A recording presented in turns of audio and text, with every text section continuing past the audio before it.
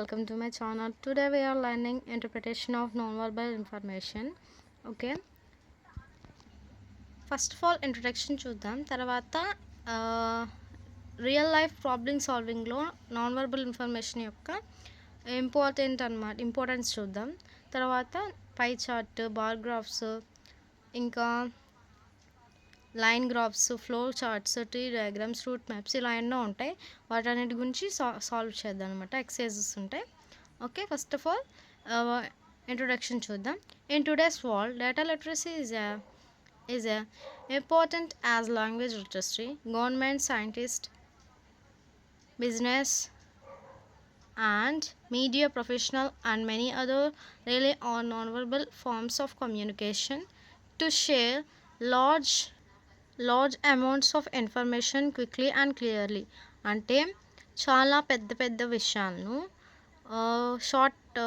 షార్ట్గా and క్విక్లీగా non verbal ఇన్ఫర్మేషన్లో తెలుసుకోవచ్చు అనమాట. In your first year English text book you are introduced to the concept of nonverbal information that is presented without words through visual or symbolic representation. You learned how to read the data and interpret that it into simple tables, charts, bar graphs and pie diagrams. మనం first year text బుక్లో చూసాము. అక్కడ non verbal information అనే కాన్సెప్ట్ను introduce చేశారు. అక్కడ సింబాలిక్గా, కొంచెం విజువల్గా, చిన్న కొంచెంగా మనకు ఇంట్రొడ్యూస్ చేశారు. ఏమేంటి? Simple tables, charts, bar graphs and pie charts అనమాట. కానీ in this second year textbook you are learning a step further. The ability to understand and present data visually is an essential skill, not just for academic success but also for competitive examinations and higher studies and real life problem solving. In this chapter you will learn to అంటే ఈ second ఇయర్లో ఒక step ముందుగా ఉంది. మామూలుగా understand చేసుకోవడం, విజువల్గా దాన్ని చేయడం ఒక ఎసెన్షియల్ స్కిల్ అనమాట. Not just for academic success, అంటే ఈ మార్కులు వచ్చేసినాయి అదని కాదు. ఇవి కాంపిటేటివ్ ఎగ్జామినేషన్స్కి ఇంపార్టెంట్, హైయర్ స్టడీస్కి important, real life problem solving కూడా important. In this chapter you will learn to, ఈ చాప్టర్లో అంటే ఈ గ్రామర్ టాపిక్లో మనం ఏమేమి నేర్చుకుంటామంటే interpret and analyse data, compare and draw conclusions, practice real exam skills. This skill is extremely relevant for your future because అంటే కాంపిటేటివ్ ఎగ్జామ్స్కి, అకాడమిక్ సక్సెస్కి, రియల్ లైఫ్కి అండ్ ఎగ్జామ్ స్కిల్స్కి ఇవి చాలా బాగా ఉపయోగపడతాయి. Read and understand flow charts, tree diagrams and route maps. Okay, interpret and analyse డేటాలో study bar graphs, line graphs and pie charts and find key information and answer question accurately.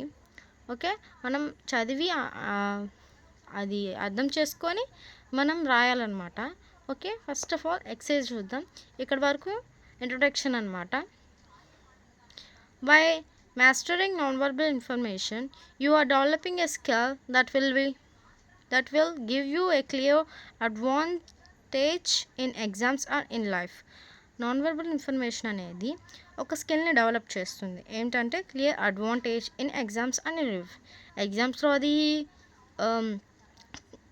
ఉపయోగపడుతుంది అనమాట. Real లైఫ్లో కూడా అది important అనమాట. Okay, first definition చూద్దాం. Non verbal information refers to data or messages conveyed without words, usually through visuals or symbolic representation.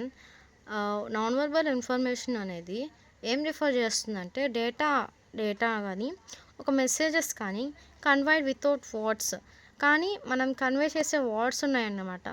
Usually through visuals or symbolic representation. ఇక్కడ పై చార్ట్లో మనం చూసినట్లయితే సింబాలిక్గా రిప్రజెంటేషన్ చేస్తుంది అనమాట. అది ఒక పై చార్ట్గా కావచ్చు, ఒక గ్రాఫ్గా కావచ్చు, ఒక టేబుల్గా కావచ్చు, డయాగ్రామ్గా కావచ్చు, పిక్చర్గా కావచ్చు, సింబల్స్లో కావచ్చు, మ్యాప్స్లలో కావచ్చు, ఫ్లో చార్ట్స్లో కావచ్చు, గ్రాఫిక్స్ కూడా కావచ్చు. అలాగా రిప్రజెంటేషన్ చేసేదాన్ని, డేటా రిప్రజెంటేషన్ చేసేదాన్ని నాన్ వర్బల్ ఇన్ఫర్మేషన్ అని అంటారు అన్నమాట. ఇది డెఫినేషన్ అనమాట. డెఫినేషన్ మీరు చదువుకుంటే మీకు మంచిది. నాన్ వెర్బల్ ఇన్ఫర్మేషన్ అని ఎవరైనా డెఫినేషన్ అడిగితే చెప్పొచ్చు అనమాట. ఈ కాంపిటేటివ్ ఎగ్జామ్స్ కూడా ఇంపార్టెంట్ కాబట్టి డెఫినేషన్ కూడా నేర్చుకోండి. ఓకే, మీరు ఎస్ఎస్సి రాసినా లేదా రైల్వే జాబ్స్కి రాసినా గవర్నమెంట్ జాబ్స్కి రాసినా ఇది ఇంపార్టెంట్ అనమాట. Importance in college beyond analytical thinking helps to identify trends, patterns and relationships. Okay, importance in college అంటే కాలేజ్లో నాన్ వెర్బల్ ఇన్ఫర్మేషన్ అనేది ఏ విధంగా ఇంపార్టెంట్ అనమాట. అనలిటికల్ థింకింగ్, టైం మేనేజ్మెంట్కి కూడా ఇది ఇంపార్టెంట్ అనమాట. Quick interpretation saves time in exams and research work. ఒకళ్ళు ఒక టైం మేనేజ్మెంట్ చేసుకోవడానికి ఒక టేబుల్ డయాగ్రామ్ కానీ ఒకళ్ళు టైం టేబుల్గా చేసుకుంటారు, అంటే ఈ టైంలో ఇవే చేయాలి. అలా కూడా ఇది కాలేజీలో నాన్ వెర్బల్ ఇన్ఫర్మేషన్ అనేది చాలా ఒక యూస్ఫుల్ అవుతుంది అనమాట. Decision supports reasoning, problem solving and logical conclusions. వీటికి కూడా నాన్ వెర్బల్ ఇన్ఫర్మేషన్ అనేది యూజ్ అయ్యింది. Professional relevance most real world data is presented visually in reports, presentations, research papers and business dashboards. దీంట్లో కూడా ప్రొఫెషనల్ రిలవెన్స్లో కూడా ఈ నాన్ వెర్బల్ ఇన్ఫర్మేషన్ యూజ్ అయ్యింది అనమాట. Exam readiness most competitive and academic examinations include questions based on non verbal data interpretation. Non verbal data ఇంటర్ప్రిటేషన్లో competitive కావచ్చు, academic కావచ్చు and IP కావచ్చు, ఎగ్జామ్కి అది చాలా ఇంపార్టెంట్ అనమాట. Okay, types of non verbal informations ఏమేమి టైప్స్ ఉంటాయి? టైప్స్ అంటే tables, charts or graphs, diagrams or flow charts, maps, pictures, cartoons or posters, symbols, icons, time lines. ఇవి టైప్స్ అనమాట. ఓకే, దాని డిస్క్రిప్షన్ ఇచ్చారు, ఎగ్జాంపుల్స్ ఇచ్చారు. ఇవి తర్వాత చూద్దాం. ఫస్ట్ ఎక్సర్సైజ్ చేద్దాం, ఎందుకంటే చాలా లెంత్ అయింది video. Steps to intercept non verbal information. Read the title and caption. First of all మనం రీడ్ చేయాలి, అంటే క్యాప్షన్ అక్కడ రీజన్స్ ఫర్ రోడ్ యాక్సిడెంట్స్ అది మనం ఒకసారి చదవాలి, దాని కింద చదవాలి, తర్వాత పై చార్ట్ చూడాలి, దాన్ని ఫుల్గా అండర్స్టాండ్ చేసుకోవాలన్నమాట. అలాగా ఏమేమి చోటు చూద్దాం. Steps to intercept non verbal information. Read the title or caption. Understand what the graph, table or diagram represents. ఏదైనా గ్రాఫ్ అన్నా టేబుల్ అన్నా డయాగ్రామ్ అన్నా ఏం రిప్రజెంట్ చేస్తుందో ఫస్ట్ దాని క్యాప్షన్ ఆర్ టైటిల్ చదవాలన్నమాట. Check the units and labels. First note numbers, percentages, years or categories. అక్కడ 70%, 1, 2, 4, 5, 6 అలా పర్సంటేజ్ వస్తున్నాయి కదా, ఆ పర్సంటేజెస్ మనం ఫస్ట్ చెక్ చేయాలి. Observe trends and patterns. Look for increases, decreases, peaks or anomalies. అంటే ఫస్ట్ బార్ గ్రాఫ్లో అయితేనా ఒకసారి డిక్రీజ్ అయితే ఒకసారి ఇంక్రీజ్ అయింది, అలాగా అది కూడా మనం ఒకసారి అబ్జర్వ్ చేయాలన్నమాట. Compare and correlate. Identify relationship or differences between variables. Okay, ఇది కూడా కంపేర్ చేయాలన్నమాట. ఫస్ట్ వాడు క్వశ్చన్ ఇచ్చింగానే ఇవి మనం అబ్జర్వ్ చేయాలి. Answer questions. Respond to exam or real life enquiries based on your analysis. ఇచ్చిన క్వశ్చన్స్కి ఆన్సర్స్ రాయాలన్నమాట. Draw conclusions. ఓకే, ఇది కూడా ఇంపార్టెంట్ అనమాట. ఒక summarise key findings in your own words. మన ఓన్ వర్డ్స్లో కీ పాయింట్స్ని బేస్ చేసుకొని ఆన్సర్ రాయాలన్నమాట. ఇవన్నీ నేను చాలా ఈజీగా చెప్తాను, ఈ పై చార్ట్లో కావచ్చు, ఇంకా చాలా ఉన్నాయి. ఫస్ట్ పై చార్ట్ కంప్లీట్ చేసి ఈ వీడియోని ఇంతవరకు ఎండ్ చేద్దాం. నెక్స్ట్ వీడియోలో బార్ గ్రాఫ్ వచ్చింది, ఒకసారి తర్వాత చెక్అవుట్ చేయండి. పై చార్ట్ 1 అనమాట. Reasons for road accidents in India 2023-24. Data representation for road safety awareness. ఇది మనం చదివాం, అండర్స్టాండ్ కూడా చేసుకున్నాం. అంటే ఏ రీజన్స్ వల్ల రోడ్ యాక్సిడెంట్ అవుతున్నాయో ఒక పై చార్ట్ రూపంలో మనకి ఇచ్చారనమాట. అదే బ్యాచ్ 2023-24 అనమాట. ఏం data representation for road safety awareness. ఏం చేస్తుంది డేటా? రోడ్ సేఫ్టీ అవేర్నెస్ గురించి మనకు చెప్తుంది అనమాట. 70% ఏందండి, ఓవర్ స్పీడింగ్ ఉంది. 1% అదర్ ఫ్యాక్టర్స్. 2% వెదర్ అనమాట or visibility. 4% poor vehicle maintenance. 5% bad road conditions. 5% driving under influence. 6% failure to follow traffic rules, 7% distracted driving అన్నమాట. ఇవి కింద ఇచ్చారు, ఒకసారి చూసుకోండి. సోర్స్ ఏంది? Ministry of road transport highways save life foundation report 2024. ఇది source అనమాట. అది టైటిల్. ఒకసారి పై చట్టాన్ని చూసుకుందాం, పర్సెంటేజ్లు చూసుకుందాం, అన్ని కీ పాయింట్స్ కవర్ చేసాం. ఇప్పుడు మన ఓన్ వర్డ్స్లో ఆన్సర్ క్రియేట్ చేయాలన్నమాట.